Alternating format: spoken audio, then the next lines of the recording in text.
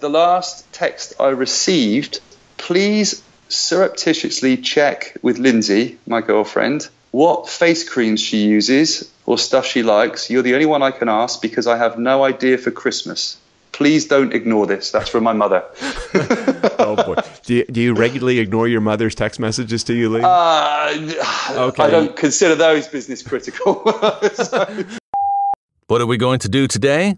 Same thing we do every day, Pinky. Try to take over the world. Oh, and listen to the Nice Guys on Business podcast, of course. Need an education on how to grow your business? The Nice Guys are here to help. Learn about great customer service, networking, and how just being nice can help you prosper. Now, here are your hosts, Doug Sandler and Strickland Bonner. Hey, Nice Guy community, welcome back. Welcome back. Today, our interview with Mr. Lee Bartlett. First, we have to introduce on the other side of the microphone, Mr. Doug Sandler. My name is Strickland Bonner. We are the Nice Guys on Business. Did you miss us on Monday? That's the question. I missed us on Monday. And we, just so everybody knows, we did not record an episode because I wasn't prepared. So how prepared was I to get ready for today, Strick? Totally prepared. As prepared as you ever are. I mean, not that it's a high bar. No, 100% prepared. As a matter of fact, I was so prepared that I went ahead and then I wrote down the promise statement with a Sharpie on the back of my hand. I hope it never changes. You're going to get it tattooed on the back of your hand, but then we can't change it. I don't know where I put my hand, though. Can't find my hand right now. Look down your pants. No, that's probably. Wait. This is supposed to be one of those upscale shows. We're not supposed to say that anymore. Oh, really? Is that no. Are we splitting like Jeffrey Hazlett shows, the interview ones from the? Because I can cut that out if we really want. No, I don't want to cut anything out. I as a matter of fact, since I have been selling the C-Suite radio program for Jeffrey and the gang over at the C-Suite Network, a couple of people have actually said to me, "We really love your podcast. The thing we love most about it is the Tuesday and Thursday shows." So really, I love that. I'm challenged. I'm challenged with whether we should be putting those in as a part of when the network officially launches in February. I'm just challenged whether we should include the Tuesdays and Thursday shows. I love doing them. I'm just afraid we're going to lose all sorts of credibility when we keep dropping the F-bomb and everything. But I think we should let Jeffrey be the decider on that. That's horrible. I don't know if I'm ready. I'm ready for him to know this side of my story. And since we only have 6 listeners, actually, hold on. I haven't even told you this. Wait a minute. If this is news, we should probably wait until. I was going to say wait until our Tuesday show, but we're recording our Wednesday show now. So whatever this news is, you probably told me yesterday. I did, and wasn't it good? It was amazing. I'm so excited, Doug. I can't even tell you. I'm so excited about whatever it is the news you told me yesterday is. So should I retell you now? No, you shouldn't retell me now because we got to get to Lee Bartlett. This guy wrote a book, the #1 bestseller. And no, it's not a #1 bestseller. I mean, it might be, but it's actually titled the #1 bestseller. He's got big balls. How do you write a book and name it the #1 bestseller? Well, he does. He has a huge, enormous reputation of being a world-class sales guy. And I would probably put him. My dad was a really good sales guy. I know Jeffrey Hazlett, great sales guy, also. I'd probably put Dale Carnegie way up there. Napoleon Hill, probably great. Sam Walton, we know that guy is a good sales guy too. Mm-hmm. But let me tell you something. Lee Bartlett, he is in a class of his own, way up there, because not only does he know how to sell well and know how to write well, he is a phenomenal fly fisherman too. Really? Yeah. For those of you who don't know, you know what's interesting, Doug? We've never discussed this. Yeah. What's that? We've never discussed what you're about to tell. You're right. 2 years almost we've been doing this show, and I know you love fly fishing, but I don't think it's ever been brought up on the show once. No, there's a few things that I really, really love when it comes to recreation. First, I love riding my Harley. You probably, Nice Guy community, I know you know that. I know Strickland knows that as well. So I would say that's probably one of my most favorite things. I would say right up there, very close, is actually putting on my Sims waders and getting all damp and getting in the river and fly fishing. I love it. It's great. And Lee Bartlett, who is a world class, he's actually sponsored by several fly fishing companies. He's one of the, I don't know if he is the top fly fisherman in the UK, but he is ranked in the UK as one of the best fly fishermen in the UK. Really? Yeah. So I met him in New York probably about 3 or 4 months ago, and we started talking, and he was setting up his books as I was setting up mine. We were both at the C-Suite book signing at the same time, and that's how we got to know each other. And he was asking me about like what I like to do for my pastime, my hobbies and all that. And we were just chatting, just shooting the shit, just about everything and nothing. And I started talking to him about, I don't know how we got on. He might have led me down this subject, or maybe I led him down the subject, but I wanted to talk about fly fishing. So I started talking, and then I get out my phone. Looking back, I'm a fucking idiot. I get out my phone and I start showing him pictures of all of these great fish that I've caught, which are probably like minnows compared to what he's caught. So I show him probably this maybe 1 or 2 pound brown trout that I caught, or maybe it was a rainbow trout that I caught. And then he takes out his phone and he shows me this 25-pound trout. He landed something crazy like that. I'm like, humming. All right. So then he starts telling me the story. Now, he goes home to England, which is where he's from. I go home here to wherever the heck I live in Maryland. Mm-hmm. And about a week later, arriving in the mail is about 50 flies that he had tied when he went home, and he sent me a whole bunch of flies, and I was so excited to get it. I can't wait until springtime when I can actually go out and use some of the flies that he's given me. So 50 really flies that he handmade all of them? I don't know if he handmade all of them, but I did ask him that question, and he kind of led me to believe that he probably made the majority of the flies that are on that little swatch. That's crazy. So, cool. All different sizes, all different types of flies, mimicking different fly patterns and different hatches. So I was very excited to get the flies, even more excited to get out there this coming spring and use them. Just a great guy. Overall, knows his shit for sure. He is a top-notch sales guy, wrote the book, doing very well, being interviewed all over the place. Very happy that he agreed to be on the show. And Lee not only is a good friend, but he is a knowledgeable expert. And this book is well worth reading if you're in the world of sales, or if you own a company that has sales people that work for it, and who doesn't have one of those. So you got to check it out. Mr. Lee Bartlett, I think it is time to get to the interview, because you have rambled on about fly fishing plenty long enough. So if you want to learn about sales, listen in. Continue, Mr. Lee Bartlett. You got to be full of ego and confidence and be larger than life to write a book called The #1 Bestseller. And yet today's guest, Lee Bartlett, is as humble and a nice guy as a guy you would ever meet. I know him from the moment I met him that I would like this guy. I met him at a C-Suite conference in New York just a couple of months ago. Author, fly fisherman, and friend of the Nice Guys podcast. Welcome, Lee Bartlett. Thanks for having me, Doug. Nice to speak to you again. Yeah, it's so good. We had such a great time. Immediately before we even got started at the conference in New York, I'm like, who the fuck is this guy? And that's a fair question. Right. And you came in with what Jeffrey told us, Jeffrey from C-Suite, just Nice Guy Community. So, he said, yeah, you might want to bring like 25 or 50 books. So Lee, I think, shipped in 500 books. Huge ego that he has, and says, I got to figure out how am I going to get rid of 500 books, because I'm not fucking taking any of these back to England with me. Well, I figured if I can't shift my own book, which is free, then I've got a bit of a problem with a title like that. So I came in strong and made sure I got the job done, Doug. Oh, you totally did, and you didn't go away with any of them, did you? You gave them all away. Yeah, they went, and it was a pleasure, kind of. I love it. I would love to admittedly say that I've read the entire book cover to cover, but I like you, but I'm not a really quick reader, so I picked out some spots that I thought were really important, and I want to start with this spot because I think it's probably one of the most important parts of the book. Sure. You talk about fishing. Let's go. I want to talk about being a salesperson and not being a fisherman. How crazy is that? You've got to fish as a sales guy, right?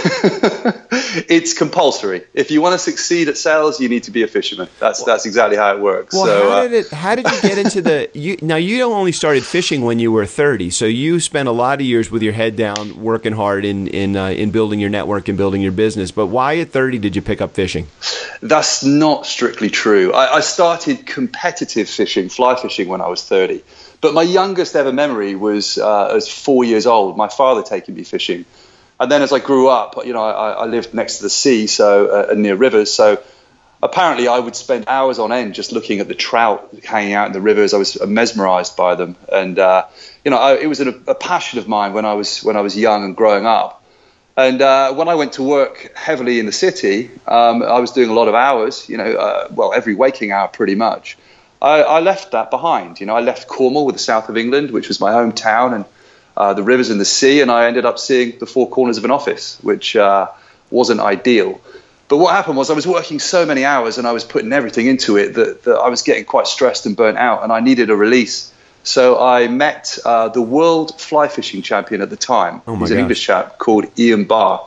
I met him at an exhibition. And we got on, he's my age, we got on really well. And he said, look, why don't I take you out for a day? And I just thought, yeah, that would be great. And he took me out and just showed me some things that I thought were magical in fly fishing.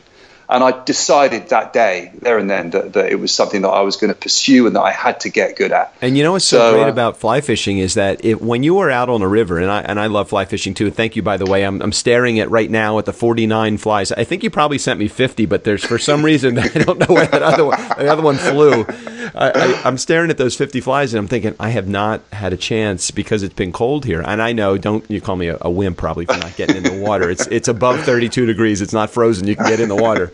But I've been staring at these things and thinking, there's no way Lee tied all these by himself. Did you tie those all yourself? I tied some of them, and some of them are part. Yeah, some of them are part of my fly range. I've got my own range, so some of them are part of the range, and others are secret. Let's call them secret flies. There's no such thing as a secret fly, but some of the flies that we use in the team when we go to various competitions around Europe. So what I love most about fly fishing is that when you are actually out there on the river, very similar to when I'm out there riding on my motorcycle or when I'm just doing anything other than sitting at my desk that requires 100% effort to think about. You can't think about anything else other than fly fishing when you're on the river, or you will either drown or you won't catch any fish, which I don't know which one is worse. Drowning is the least offensive of those two. It's one of those things. I call it intensive relaxation. So I went from working, and being in a situation where I couldn't shut my mind off, to going to another situation where I equally couldn't shut my mind off, but it was giving me a mental break from work.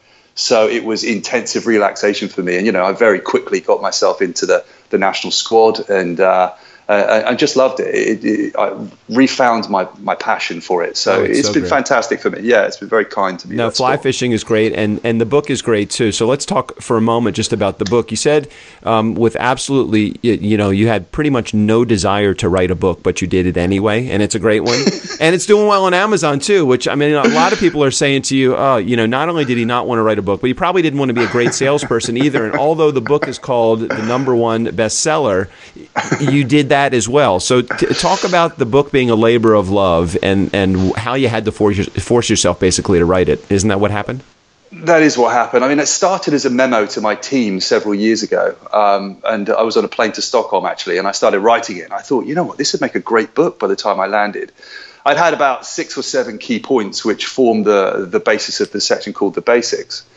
And I never sent the memo. I kind of shelved it. And then over time, let's say over 6-8 months, I started to flesh it out a bit. Every now and then I'd come back to it.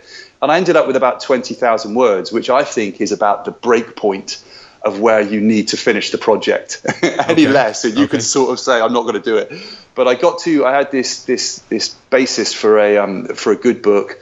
And then I went into another business. I founded my own tech startup. So I worked in that for 18 months, and then I sold my equity out of that. And I came back to this project. And I sat there I didn't have a clue what I was doing. I was just writing a book, So I sat there for, I'd say, the best part of 15, 18 months, just restructuring this thing, molding it, crystallizing my points, and making it as valuable as was possible. And that's such a hard thing because when I sat down originally to write my book, and I brought in a book coach because I didn't know what the hell I was doing either. Right. But I just said, I don't want to sit in front of this for 2 years. And you did exactly that, but you had the tenacity to actually stay in front of the project. And sometimes that's all we need to do with anything that we're doing in life and in business is if we just stay at it long enough, we're going to be successful at it. I just chipped away, Doug. I chipped and chipped, and I refused to relent like I do anything else. So it was as much, getting it to that stage. And, you think, okay, I've written the thing now. It's the next bit's going to be easy. I'll just give it to an agency, let them design a cover, and out it goes. And I mean, that whole process, again, my own naivety took me another 12 months at least. And then you get into the marketing of it and everything else. So you realize when you've written a book, the work really begins. So that's what happened, and I'm very proud of it. It's very honest. And you just mentioned something, and I just want to spend a moment. Sorry, I didn't mean to cut you off there. No, sure. I think that what you just mentioned is so important, though, is that you wrote the book, and it's just the beginning. So we talked about this a little bit in a little bit of our conversation before I hit the record, and I said, "Hey, shut the fuck up. We need to actually get this on the show. Don't waste this good information right now." So, how true is it that if anybody out there, and I'm not going to specifically say if anybody out there is looking to write a book, because there are a lot of people that want to write books but just haven't. However, anything that you do in life, it is not just the project, it's the stuff that happens after you do the project that counts. So spend a moment sharing with the Nice Guy community what it means when I always tell everybody it's 20% writing and 80% marketing. So talk about like that process, because you were mentioning some big numbers with your blog and your readership and how quickly your network is growing because you are now focused on that stuff. Can you spend a couple of moments talking about that? Sure. Well, first of all, I'd openly admit that I got that ratio completely wrong. I thought it was more 80% writing and 20% the rest. Yeah. So it's the stark realization that you can't be this. You've written a book, and even though I'm well known in the sales industry and people know me and some of the sales records that I've set, people outside of it don't necessarily know me, certainly across, in different countries. So you have to go through the process of exposing yourself, which in itself is quite a little intimidating. Mm-hmm. I'm kind of a businessman. I'm a doer. So I never saw myself as someone who would step out into the wider global community and start sharing my ideas. I just thought I'd keep doing them, and making that switch between being a salesman and doing my job to the best of my ability to becoming kind of a public figure, so to speak, is something that I think you need to embrace if you're going to write a book. And so I set the website up. I set the blog up, which has had a wonderful response. And you were so funny in New York. This is just a couple of months ago. Everybody that's listening to this realized that this is not like this is a 5-year plan that Lee had 90 days ago when the book. How long has the book been out? How long has it been out? Oh, not that long. About 6 weeks. Okay, so the book has been out 6 weeks, and at the time, Lee didn't even really have a place to capture an email address. I said, Lee, as I'm talking to you, I'm like, Lee, you haven't even built like your foundation. Who are you marketing this book to? And he's like, Doug, I don't the fuck know who. I couldn't even do it in your accent. I'm horrible with like a British accent, but I'm like, he had no idea. So you do not have to put building block over building block over building block in the proper manner in order to be successful. Here's a guy right here that we're having on the show. He doesn't know what the hell he's doing.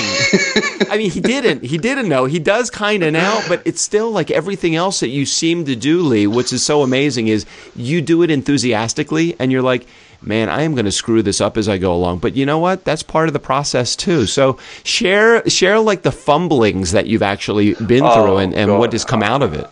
I am the Grandmaster of getting it wrong, Doug. In fact, a lot of my book shares a lot of the things that I did wrong and how I learned to be better. So that's a big theme throughout my book.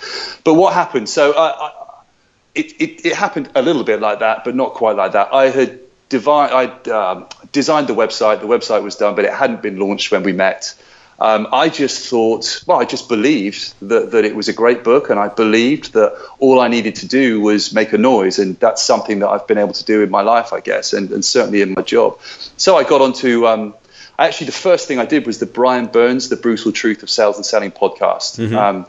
And that was very heavily subscribed to, very heavily hit. So I had a very strong response. I was getting, between 50 and 100 messages a day from that for about 10 days of people saying, loved what you said on the podcast, like what you're about. And then what's happened now is that people have started to buy the book and leave great reviews. And I was lucky enough, I was honored to launch as the bestseller on Amazon UK, which was great. Yeah, that's great. and it's just started to pick, but it's not coming that easily, Doug. I'm hacking away at it as hard as I can most days. I'm very socially active on social media, and I'm starting to get some traction. And I guess what really underlies it is when you get a great response to your book. Totally. So, when you start to get great response. And Nice Guy community, those that are listening to this, if you sell for a living, and really who doesn't sell, the book is really great for you. In it, Lee goes over really very specific tactics and systems to stay on course and to sell successfully. Talks about a ton of struggles that he's been through when it comes to selling, and resolves them, each one of them step by step. There's even a portion of the book that's dedicated to preparing your pitch and recovering lost sales.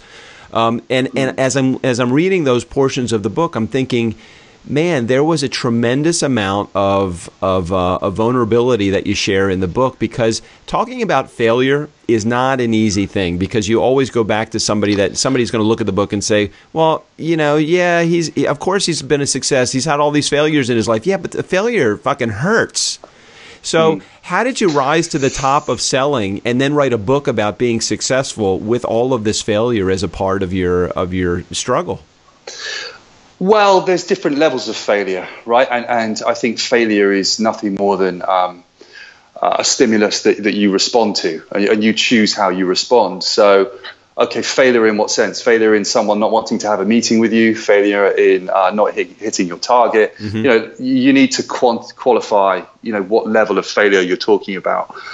So what I was able to do, Doug, was have an intrinsic motivation. So I was in sales. I'm not ashamed to admit it, for the money. Wait a minute. Sales for the money? Come on, that's an oxymoron. So, I just had personal goals in mind. I fell into sales by accident, and I was very motivated by the performance-related pay model. So what I did was I approached every job with quite a humble perspective. I assumed that I knew nothing. And then I looked at the best people in those roles, and I tried to ascertain what they did differently. And then I tried to emulate that and differentiate myself. So I didn't do anything remarkable. I just did the basics, and that's a section of my book called The Basics, very, very well. And then I learned to do them better than everybody else. And I was able to work myself to a top sales position, a top performing position in a variety of very high intensity sales roles. Now, a lot of these sales roles were, I don't want to shock the Nice Guy community, but they were very heavily contested. They were in the financial district of London, and these deals were very high value and high pressure. So you had to almost become what the market needed, and you had to play the game better than other people that were playing it. Yeah. And what the book does is it maps how I learned to see what the game was, and then how I learned to do it better than anybody else. So it's not, the premise of the book is not on basic sales skills, but it's on kind of the magic, it's on the glue. How do you take sales skills and then combine them with a mindset and a strategy that allows you to consistently work yourself to the top of any sales organization? And that really is where the magic is in the book. And I always tell everybody that I train in the DJ world. Anybody can spin a record, and anybody can play a music from one song to the other, but it's all the other things that are involved. It's the combination of that and running an event and being a good PR guy and being somebody that's very supportive with your customers. It's all of those things combined. It's not just how my dad used to call it, and I use this term a lot on the show. My dad used to call it puking product. It's not just about, knowing what your product is and knowing the features and benefits. It's the entire relationship process, which is essential, which is why I say this book really isn't just for salespeople. It's for anybody that's trying to develop specific tactics and skills and systems to build better relationships with their customers as well. That's right, Doug. But the other thing about the book that's important to mention is that it has quite a strong narrative. And I did that on purpose. It's easy to see how I could have written that as a textbook, but there are hundreds of textbooks out there. And I wanted my book to have a strong opinion and to be honest and to reflect my attitude at the time.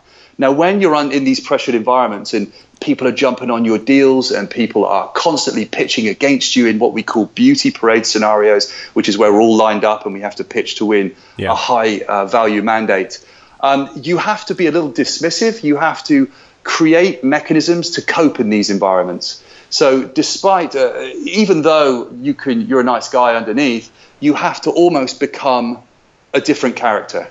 Right. So the book describes, and top salespeople, they get a tough rep. They're often criticized for being kind of not team players, or just focus on winning big deals, or they're dismissive to other people. And I wanted to address these criticisms within my book, because I think sometimes they're a little unfair, because top salespeople are just playing the game in the way that they see best to win the game. So this topic is another thread throughout the book, that really the motivations are driven by good intentions, but they're just doing what's required to win the deals. And I do see that a lot in your personality style. I do not see the typical the typical number one salesman in my mind is that guy that's just a little bit more slippery than needs be. He's very, very focused on the business and the tactics and the skill set, and he's very focused on that ego thing and the confidence. And it's almost like you're the exact opposite of that guy. When I met you, I'm just like, he's just a nice guy. He wrote a book called Number One Bestseller, but it just didn't seem like I'm not taking a shot at you, because I love the fact that that's the win that you've had in your life. But what's so amazing about it is, as I was meeting you and being introduced to you and learning more about you, that's not at all how you came across, which was kind of refreshing to see somebody that, hey, this guy's actually humble and he's not a jerk. He's just a nice guy. Well, you're describing the difference between a professional and an unprofessional salesman. I'm a professional salesman. Okay. And I'm dealing with deals that are in the tens of millions of dollars sometimes. So me rocking up, spewing product and being a slippery snake is not what C-level executives are looking for. They'll see through that in 30 seconds and you'll be out. Right. So it's about adding value to their business, understanding their business, and delivering your product in a way that is seamless to them and that continually adds value, and talking to them on a level that they understand. Oh, yeah. And that's about being customer focused and being a decent human being. So no, I was going to say, so what do you think are the biggest, now we just mentioned a couple of stumbling blocks for the amateur sales guy that's out there, but what do you think is that thing that separates a guy that's really good at selling from being the best at selling? Is it relationships? Is it product knowledge? Is it building a bigger network? Are there certain things that you see that are really, really typical of going from, what's Jim Collins called? He calls it going from good to great. So what's out there for you? Yeah, there's tons of things, Doug. I call them micro adjustments. This is really what my book's about, going from being a very good salesman to being the top salesman, and kind of the attitude shift that you have to adopt. Things like thinking big. So, let's quote our mutual friend Jeffrey Hayes' book, Think Big, Act Bigger. Right. But when I go into an industry to sell a product, I'm not thinking about winning deal by deal, each transactional deal. I'm thinking how I can dominate the entire industry. And my strategies are based around that. So the rest is assumptive. It's things like owning yourself, being who you are and being able to convey that to the customer in a sincere way and adding value to their business. So just so we're relatable a little bit to I know a pretty hefty segment of our audience, they're real estate people. Yeah. So it's not in how do you sell one house, but it's how do you completely dominate the $1 million plus market or the $500,000 market or just the new home buyers market. Top salespeople are constantly looking for more revenue. I call it invisible revenue, but they're not just focused on the transaction. They're focused on a bigger strategy. They're focused on winning all of the deals. I was. Mm-hmm. So when I was sent into Goldman Sachs, I could have easily gone into there and pitched deal by deal, but I wanted all of their business. So I was working towards, I was winning the deals as they came up for my particular product, but I was also talking at the highest level to get the entire bank to adopt my system. So it's about having this bigger perspective. And this is one element of it, by the way. There's tons. Mm-hmm. And then executing that and getting yourself to a position where you no longer have to pitch, Doug. You have such a strong relationship. Your product is firing over and over. You have a sound business justification. to have a preferred supplier agreement. And it's almost like they're coming to you at some point when you're such a good relationship builder and such a good salesperson and nice guy community. Lee is he's from the UK. He doesn't understand the difference between salesmen. When we say salesman in the United States, everybody thinks that you're being sexist, of course, Lee. So you're gonna have to tone it down into salesperson, okay? Sorry. Yeah, that's definitely not the case. I'm just talking. I had to change this in my book because it's so personal. I'm talking about myself all the time. So. Yeah, we're talking about a guy that I wrote a book called Nice Guys Finish First. You imagine all the shit that I got from a lot of feminists that are out there saying, why did you write a book called Nice Guys Finish First? I'm assuming this is a book just for guys. I'm like, no, can we come off of that for just a second? It's nice people finish first. I was using the term just because they're whatever. Thank you for bringing it up, Doug. I dodged a bullet there. No, you're right. It's just because I'm talking from a personal perspective. That's okay. And if people don't like the name of the book, you know what? Screw them. Don't read the book. Okay? That's it. Oh, sorry. No, buy the book for Lee. Just don't buy my book. Okay? Well, it's about me. It's a personal journey. So it's confessions of a top salesman, so to speak. Yeah. It's not, it relates to everyone else, but it's not telling other people what to do. It's just saying how I did it. So the book is called The #1 Bestseller. Lee Bartlett is the author. He only stole maybe 40% of the book from other people, so it's fine. Just no, they're completely. There's a lot of original. My dad was like a sales guy. He wrote a book also, and I'm looking through his book, and I'm like, that's definitely Zig Ziglar in there. I know that's Zig Ziglar's line. But as I'm reading the parts of your book that I actually did read, it's like, this is good, Lee. You had some good strategies, some good theories. I'm like, I actually think I could learn something from this guy, which is very rare because I think I know everything. Well, let me tell you about I had never read a sales book in my life until I'd finished my book. And that was intentional. I didn't. And that's not a brag. I'm not proud of that. But I was so focused on what I was doing and working so many hours, I was just learning it on the job. Right. But I intentionally didn't look around while I was writing the book as well, just in case I picked anyone else's ideas up. So I can say from the bottom of my heart that is entirely my work.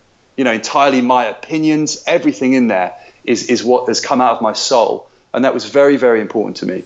So yeah. So what's the next step? Because I know as we were standing there in, I don't even remember the name of the building that we were in New York, but we were at the bestsellers program that C-Suite. The Time Center. Time Center. Yeah. Thank you. We were standing in the Time Center.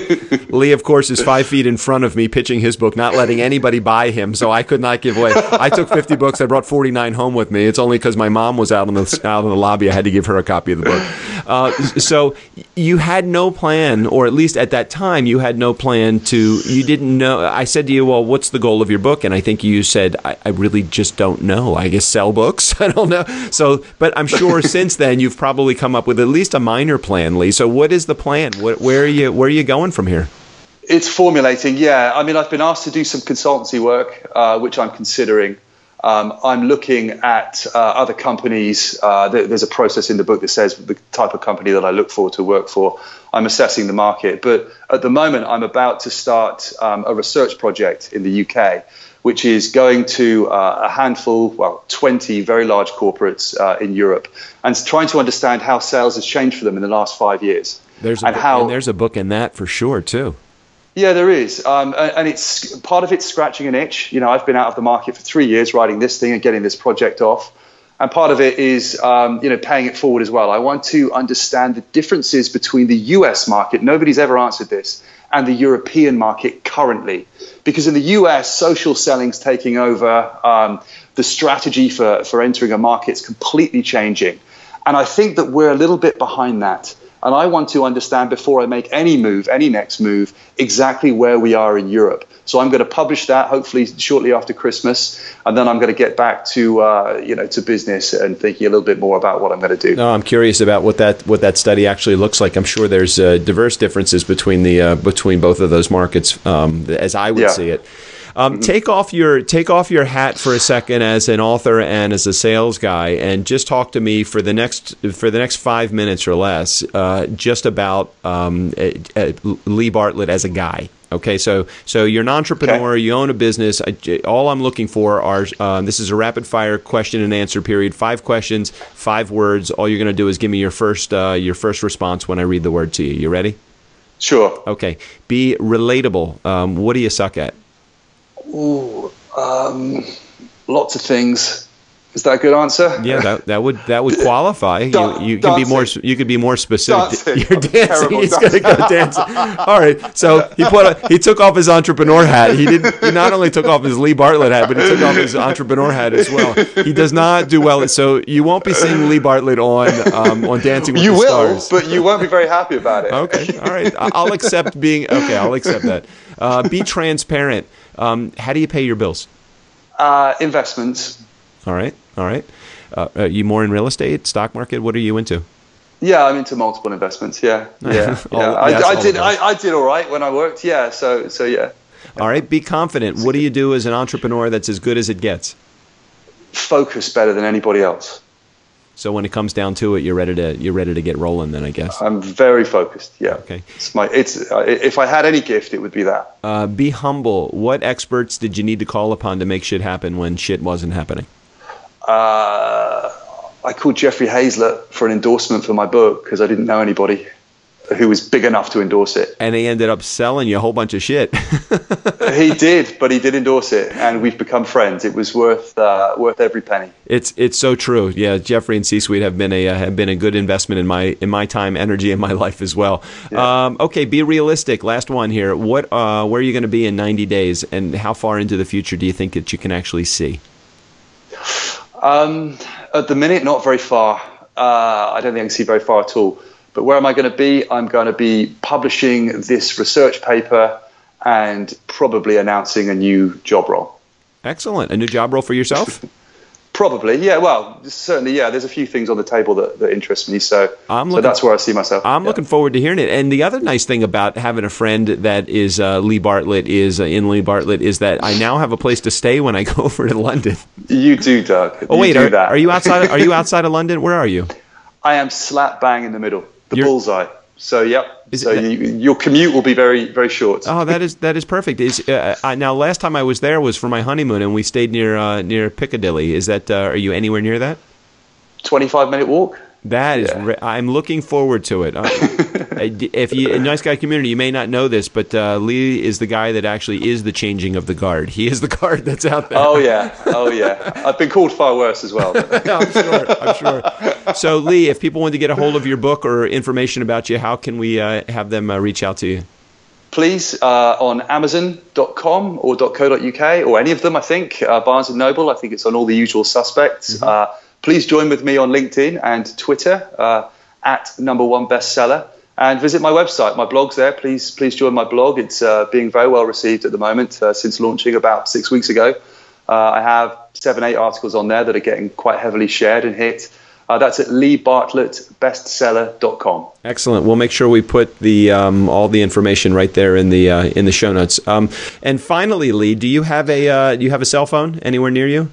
I do. Excellent. Do you have an iPhone or something inferior?